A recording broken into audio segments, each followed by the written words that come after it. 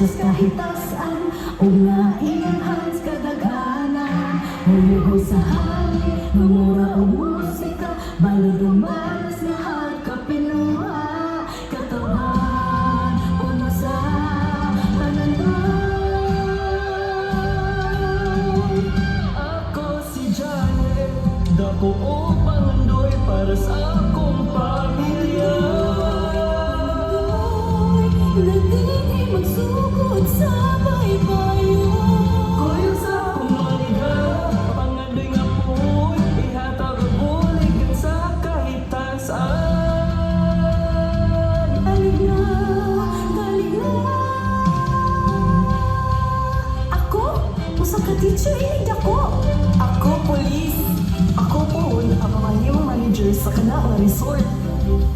Wow! Kaya po sa mga anoy. Kung sa iyong pangandoy, matuman na ka na, ug sugdan na to diri sa baybay.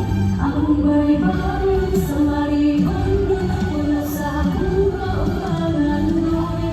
Pero makuyo, kaupi kaday, ang mga pangandoy sa tanan. Ang baybay sa marigondo.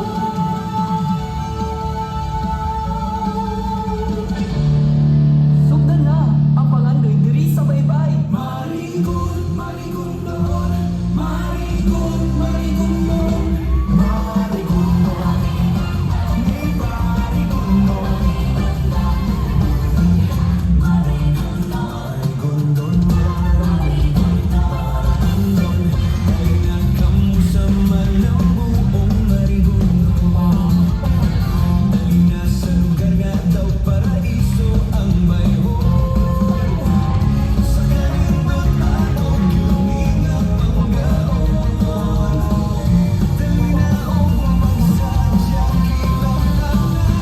Dali na sa baybay, kita maglibay para sa ulong na. Sa maaring bigmita siya, dali na sa marigondo. Dali na, mag-baybay festival.